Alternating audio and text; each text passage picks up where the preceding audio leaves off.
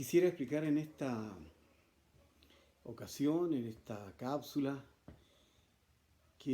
cuál es mi entendimiento respecto del propósito eterno de Dios.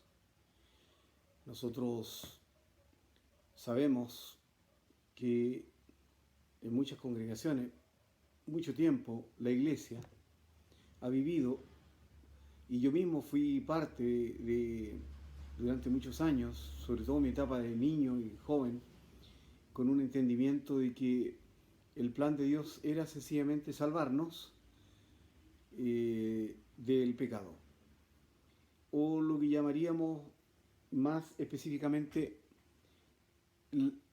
la justificación por la fe, la salvación por la fe. Ahora, gracias al Señor, Él nos ha estado revelando, no a mí, sino que a muchos hermanos, pastores, congregaciones en el mundo, respecto a que Dios no solamente quiere referirse a nuestra salvación, sino que Él tiene un plan maravilloso, un plan mucho más completo, mucho más profundo, y por supuesto también te incluye a ti.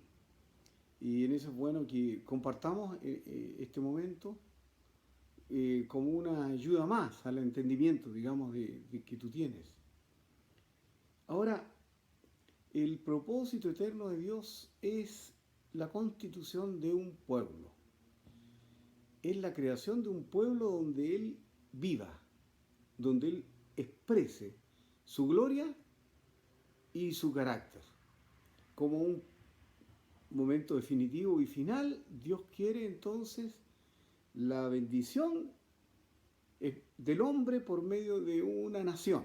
Ahora, eso Dios lo quería hacer con Adán, que fracasó, y que posteriormente lo hizo con Abraham, cuando le dijo que en él iban a ser bendecidas todas las naciones de la tierra, y que dio a luz a Israel, y que Israel también fracasó al rechazar al ungido de Dios, la culminación, Jesús, del propósito eterno de Dios. Ahora, para eso hay muchos textos que podemos nosotros considerar ahora, como el texto de Tito, capítulo 2, versículo 14.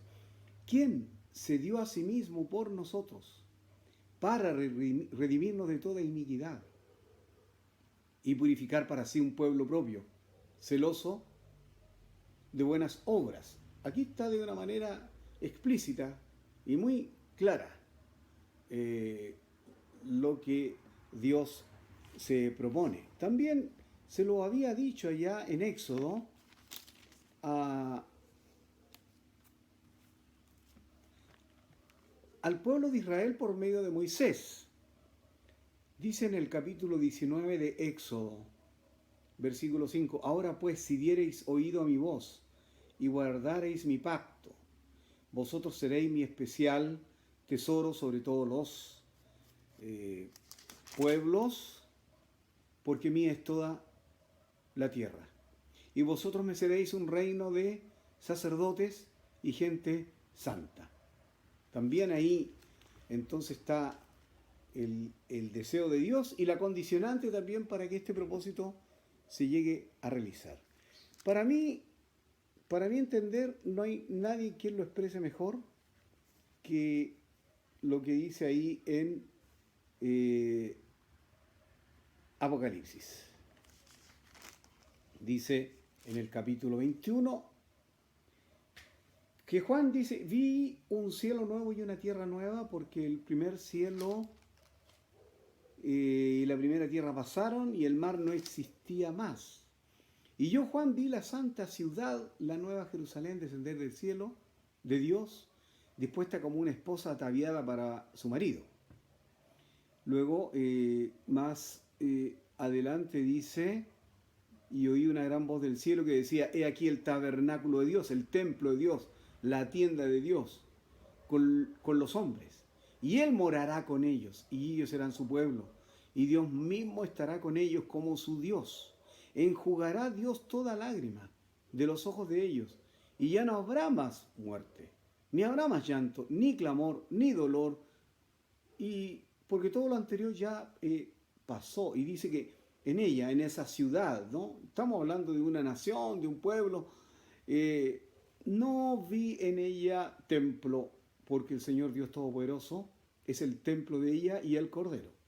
La ciudad no tiene necesidad de sol ni de luna que brillen en ella, porque la gloria de Dios la ilumina y el Cordero es su lumbrera. Ahora, hermanos, si nos fijamos en el deseo de las naciones, en el deseo de la gente en común, ¿no? Es llegar a tener un ambiente de paz, un ambiente de justicia, un ambiente donde las necesidades básicas estén satisfechas. Y en el aspecto superficial, pero en el aspecto profundo también desearíamos, todos los hombres, no creo que haya alguien que no lo desee, en lo profundo de su corazón, que no haya más dolor, que no haya más enfermedad y finalmente que no haya más muerte. Esto lo dice Isaías ahí en el capítulo 35. Se alegrará en el desierto y la soledad, el yermo se gozará y florecerá como la rosa, florecerá profundamente y también se alegrará y cantará con júbilo. La gloria del Líbano le será dada, la hermosura del Carmelo y de Sarón. Ellos verán la gloria del Señor, la hermosura del Dios nuestro. Fortaleced las manos cansadas, afirmad las rodillas endebles, decid a los de corazón apocado, esforzaos, no temáis, he aquí que vuestro Dios viene con retribución, con pago, Dios mismo vendrá y os salvará. Entonces los ojos de los ciegos serán abiertos y los oídos de los sordos se abrirán. Entonces el cojo saltará como un ciervo y cantará la lengua del mudo, porque aguas serán cavadas en el desierto y torrentes en la soledad. El lugar seco se convertirá en estanque y el sequedal en manaderos de aguas. En la morada de chacales, en su guarida, será lugar de cañas y juncos. Y habrá allí calzada y camino, y será llamado camino de santidad. No pasará inmundo por él, sino que él mismo estará con ellos. El que anduviera en este camino, por torpe que sea, no se extraviará, no habrá allí león, ni fiera subirá por él, ni allí se hallará para que caminen los redimidos. Y los redimidos del Señor volverán y vendrán a Sión con alegría, y gozo perpetuo será sobre sus cabezas, y tendrán gozo y alegría, y huirán la tristeza y el gemido. Esta es la visión que tiene Isaías del momento culminante. Como decía recién, qué hombre, qué mujer en todas las edades, en toda la época, no ha soñado con un momento así. Ahora, hermanos, sabiendo que nosotros se nos amplía el horizonte, Dios no solamente quiere salvarnos puramente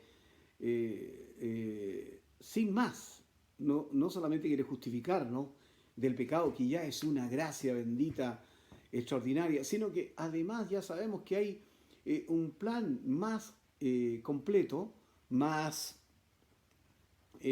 profundo, y por sobre todo es un plan que tiene que ver también con esta tierra y tiene que ver con la promesa de la vida en general, la vida eterna. ¿Cómo nosotros ahora podemos ayudar, servir a este propósito de Dios, de tener una nación en la cual Él viva, en la cual viva su Hijo, y que esta nación sea la expresión de su gloria y de su carácter? Una nación que llene todos los aspectos de la creación, dicho desde nuestro punto de vista, humano me refiero, una nación que tenga una expresión musical verdaderamente divina, o una expresión económica divina, o una expresión de formación divina, y todas las áreas y todas las disciplinas que nosotros conocemos, y evidentemente todas ellas, y algunas innecesarias por supuesto, pero todas ellas trastocadas por el pecado. ¿Cómo podemos nosotros contribuir entonces a este propósito eterno de Dios. Por una parte, en primer lugar, es muy difícil contribuir si yo primero no me hago caso de que el pecado hace imposible que nosotros logremos alguna especie de bien. Digamos, entendido el pecado como separación de Dios, como habernos soltado de la mano de Dios, y solamente por nuestra buena voluntad, por nuestra intención, por nuestra sana intención, por nuestro intelecto, nosotros podríamos lograr, por ejemplo, la paz. Nunca la hemos tenido. La justicia, nunca la hemos tenido. Una redistribución equitativa de los bienes, nunca lo hemos tenido. Cada uno de estos aspectos, la paz, la justicia, la economía, han sido consecuencia de una guerra tras otra guerra tras otra guerra, y de muerte más muerte más muerte. Nosotros, si no podemos darnos cuenta de eso, si no nos damos cuenta que solamente hemos hecho mal a la tierra, que extraemos sus recursos sin ningún tipo de miramientos para las generaciones que vienen. En fin, si no tenemos ningún tipo de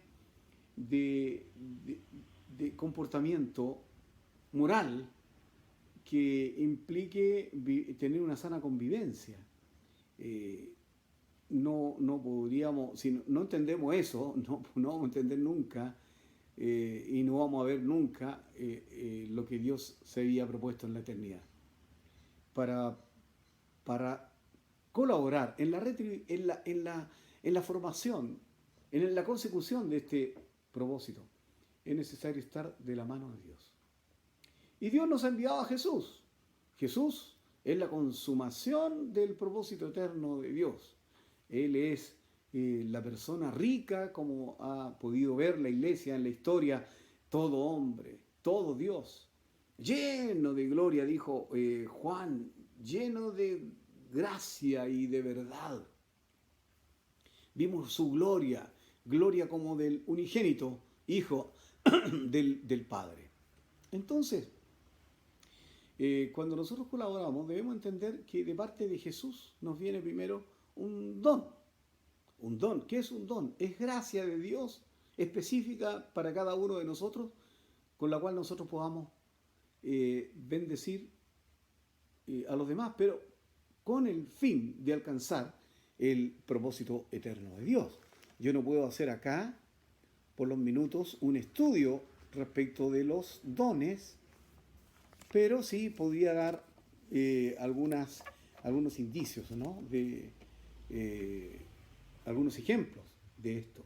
Dice Pablo a la epístola a los romanos: de manera que teniendo diferentes dones, según la gracia que nos es dada, si el de profecía, úsese conforme a la medida de la fe, o si de servicio en servir, o el que enseña en la enseñanza, el que exhorta en la exhortación, el que reparte con liberalidad, el que preside con solicitud, el que hace misericordia con alegría.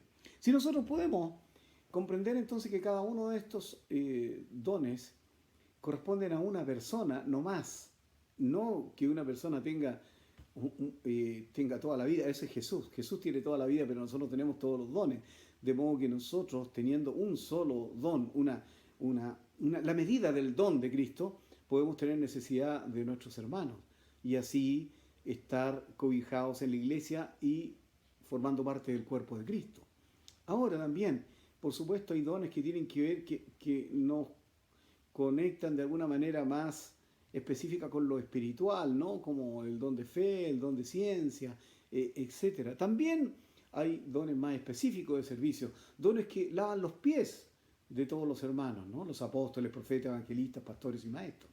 Entonces, cuando yo entiendo cómo yo puedo servir por medio de un don, yo ya puedo saber que lo puedo dirigir, lo puedo emplear, sabiendo que yo soy único en ese sentido y que nadie me puede reemplazar. Siempre voy a ser necesario, de modo que yo puedo bendecir a mis hermanos, porque nadie tiene lo que yo tengo, que me fue dado de Dios, de gracia de Dios, de Jesús, en primer lugar. Y en segundo lugar, carácter. Ahora, el carácter de Jesús fue de completo vaciamiento, como diría la palabra griega, ¿no? De kenótico. O dice, hay en vosotros, dice en Filipenses capítulo 2, hay en vosotros este sentir que hubo en Cristo Jesús, el cual siendo en forma de Dios no estimó el ser igual a Dios como cosa que aferrarse. Ese canto magnífico, maravilloso, nos enseña lo que hay en el corazón de Dios. El corazón de Dios es no atribuirse, por muy justa que sea, una divinidad a costa que los otros la reconozcan por la fuerza, sino que él dice que se despojó a sí mismo y tomó la forma nuestra, la forma de un ser humano común y corriente. Así que Jesús renunció. Ese aspecto del carácter de Dios es renunciar, no buscarlo de uno, no amarse uno y preferir lo que el Padre quiere, que es el propósito eterno de Dios. Dice Jesús en Juan capítulo 8 que él nunca lo ha dejado el Padre, nunca lo ha dejado solo, porque Él hace siempre lo que le agrada. También hay otros textos en Juan en que habla que Jesús no tiene ningún interés en que salga algo de Él como para hacer su propia voluntad. Él es uno con el Padre, ¿no es cierto? Nosotros sabemos esos textos. Como dice en Juan, yo y el Padre uno somos. Ahora, hermanos, ese carácter de vaciamiento, de no buscar lo suyo, de tomar la cruz. El que quiere venir en pos de mí, nieguese a sí mismo, tome su cruz y sígame. Esa es la actitud adecuada del carácter que neutraliza la cruz. Yo, sin eso, estoy lleno de egoísmo, lleno de celo, lleno de envidia, lleno de cualquier tipo de manifestación de pecado. Ese viejo hombre que llama las Escrituras, el independiente, el que creía que podía vivir sin Dios, fue crucificado en la cruz. De modo que entonces no existe más, se acabó. El carácter que ahora hay es un nuevo hombre compuesto por toda la iglesia, compuesto por todo el cuerpo de Cristo, y yo contribuyo con él a mi renuncia. Eso es lo que hace fundamentar también la casa, mi casa, con mi esposa, con mis hijos y con todos los que están a mi alrededor. Finalmente yo contribuyo al propósito eterno de Dios con el servicio. Ahora, cuando nuestra naturaleza humana solamente es sentarse y comenzar a dirigir. Tener para que otros hagan lo que yo no quiero hacer. Y eso se grafica, ¿no es cierto?, con el poder, con el dinero y con la autoridad mala vida. En general los hombres estamos llenos de eso. Nosotros queremos, como Satanás dice, se nos dice ahí en Isaías 14, Ezequiel 28, que Satanás quiso buscar el trono porque no quería tener a nadie a quien le mandara, a quien le dirigiera, a quien le dijera lo que tenía que hacer. Voy a subir a lo alto y voy a construir mi trono ahí donde se sienta el Altísimo. De eso nos llenó Satanás. Satanás no quiere servir. Pero entendiendo esto nosotros y siendo alcanzados por Jesús, siendo alcanzados por la cruz de Cristo, no solamente por el conocimiento del propósito de Dios, sino siendo invadidos por el Espíritu Santo, nosotros queremos servir y nos llenamos de servicio. Nuestro ánimo de la mañana a la noche es solamente hacer el bien por medio del servicio, por medio del lavamiento de los pies. Así que esas son por medio de esos tres aspectos, nosotros podemos contribuir a que un día nosotros lo veamos y nuestros hijos y nuestros nietos veamos el gran plan de Dios manifiesto.